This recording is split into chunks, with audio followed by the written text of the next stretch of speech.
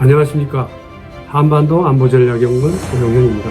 오늘 이 시간에는 최근 수년간 중국의 중동 진출 실태를 살펴보고 이를 통해 중국의 저희가 무엇이며 미국이 왜 중국의 행보에 극도로 민감하게 대응할 수밖에 없는가를 알아보고 미중 패권전쟁 시대에 우리는 어떤 선택을 하는 것이 현명한지에 대해 함께 고민해보는 시간을 갖도록 하겠습니다.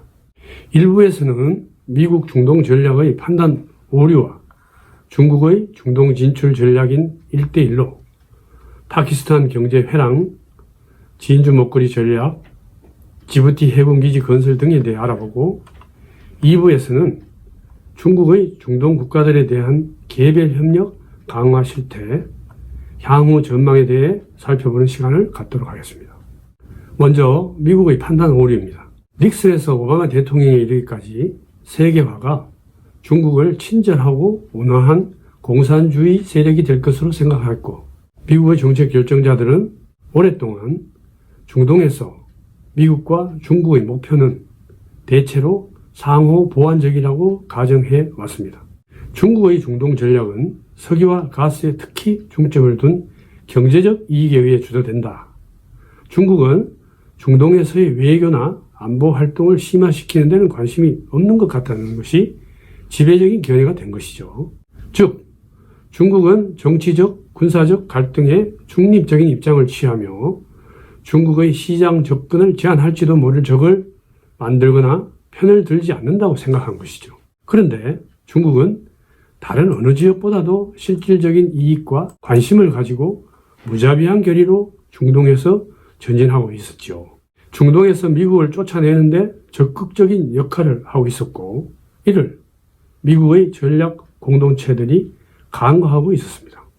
반면 중국의 지도자들은 중화 중심의 세계 질서를 지배적으로 만들어 미국 주도의 세계 질서를 대체하려는 궁극적인 목표 달성을 위해 비즈니스와 과학 연구를 국가안보기구의 하위 기구로 두는 전략을 추구하고 있는데 중국 제조 2025를 통해 해외 공급망으로부터 완전한 독립을 목표로 특히 차세대 하이테크 산업에서 거의 완전한 독립을 구상하고 있으며 이는 군사 현대화 확장과 밀접한 관련이 있으며 국방 예산이 2000년 430억 불에서 2019년 2600억 불로 5배나 증가하였으며 이는 러시아, 이스라엘, 영국, 프랑스 국방 예산 합계를 초과한 것으로 30년 내에 세계 최강 국방력 보유를 목표로 하고 있습니다.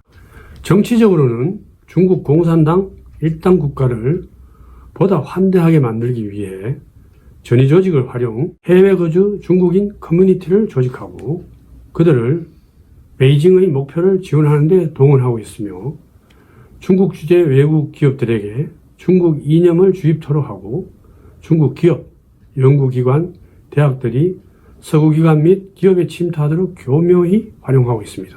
중국의 중동은 위기이자 기회로 위기의 측면은 중국 석유 수입의 절반이 페르시아만 또는 수에즈 운하를 통해 유입되고 있다는 사실이며 석유와 가스 외에 중국 경제를 견인하는 많은 자원들이 미국의 차단에 취약한 중동의 요축지를 통과해야 상해나 광저우항에 도착할 수 있다는 것입니다.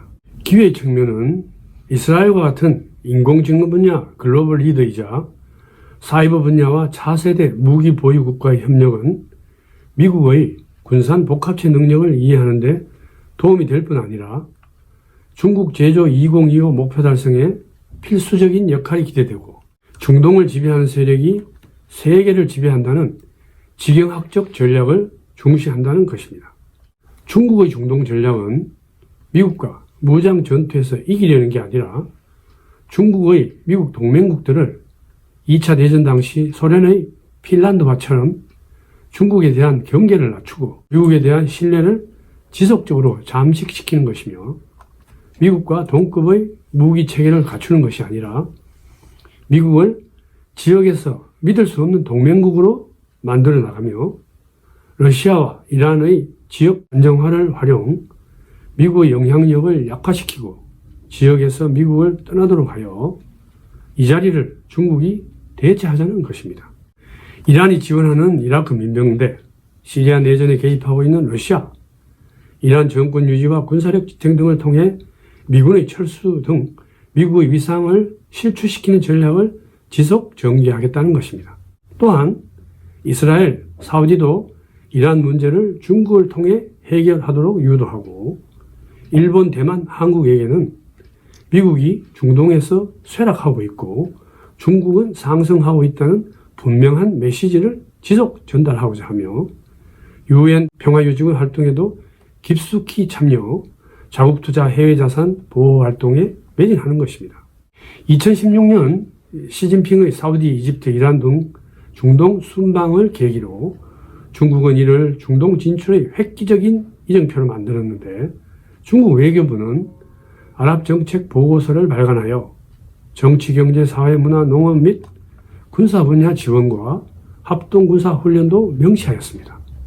세계 경제를 재구성하여 국가와 기업을 중국의 궤도에 깊숙이 끌어들이는 1대1로 정책에 참여하도록 유도하였습니다. 1대1로 정책은 아시는 바와 같이 중국 시안, 중앙아시아, 서아시아, 유럽을 잇는 육상 실크로드 경제벨트와 광저우, 동남아, 인도양, 유럽을 잇는 21세기 해양 실크로드로 한마디로 전 세계의 중국의 영향력을 크게 확장시키는 계획으로 세계 GDP의 40%, 인구의 65%, 에너지 75%가 연계된 프로젝트이며 특히 파키스탄 경제회랑, 스리랑카 신항 등 72개국 1조 8천억 불 상당의 물량 투자 공세로 경제 통합과 안보 목적을 위한 저개발국 경제 예속화를 전략적 목표로 추구하고 있으며 미국의 대중국 포위 전략인 인도 태평양 전략에 대한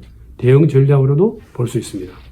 1대1로 정책에는 무슨 함정이 있는데 파키스탄의 경우 총 620억 불 투자 사업이 GDP의 25%로 2019년 58억 불 대출은 총 외채의 5.3%이며 이자율 2%로 상환 기간은 20년에서 25년이며 과다르항을 40년간 임대, 경제 예속화가 우려되며 지부티 또한 유사한 상황입니다.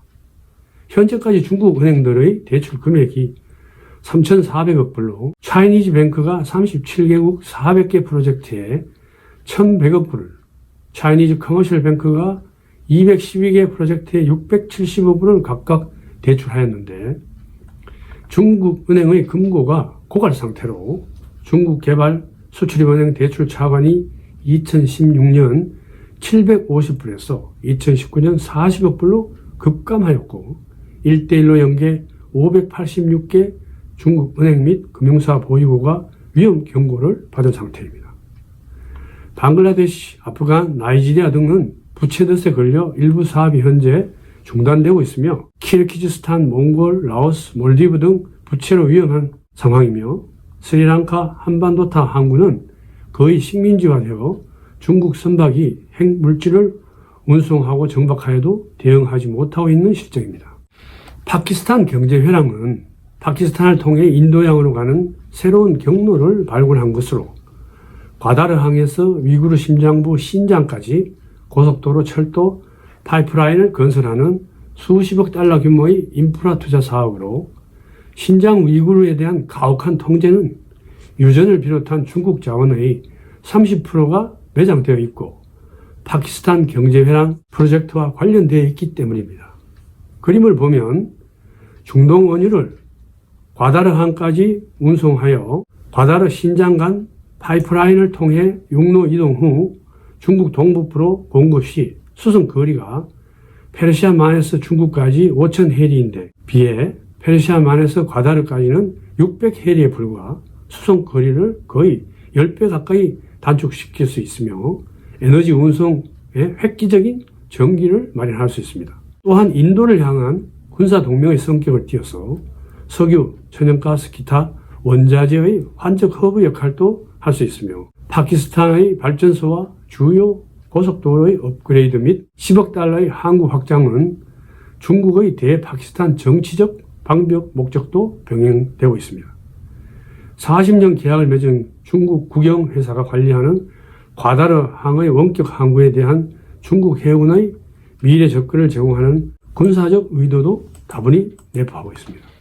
다음은 진주 목걸이 전략으로 중국 본토와 수단항 사이에 위치한 인도양 국가에 중국이 개발한 상업 및 군사시설 네트워크를 설치하는 전략으로 전시에 중국이 단순히 에너지 공급 라인을 방어하는 것 외에 중국 석유에 크게 의존하는 가칭, 적들인 인도, 대만, 한국, 필리핀, 호주의 공급 라인을 위협할 수 있는 지점에 건설 중으로 특히 지부티와 과다르가 주목되고 있는데, 지부티는 인도양과 지중해 사이에 있는 바벨만데브 해협을 지키며 유럽 국가 석유 보급로로 중국 수입 석유 50%가 통과하는 해협이며, 과다르는 인도, 일본, 대만으로 향하는 석유가 통과하는 호르무즈 해협과 오만만 외곽에 위치하고 있습니다.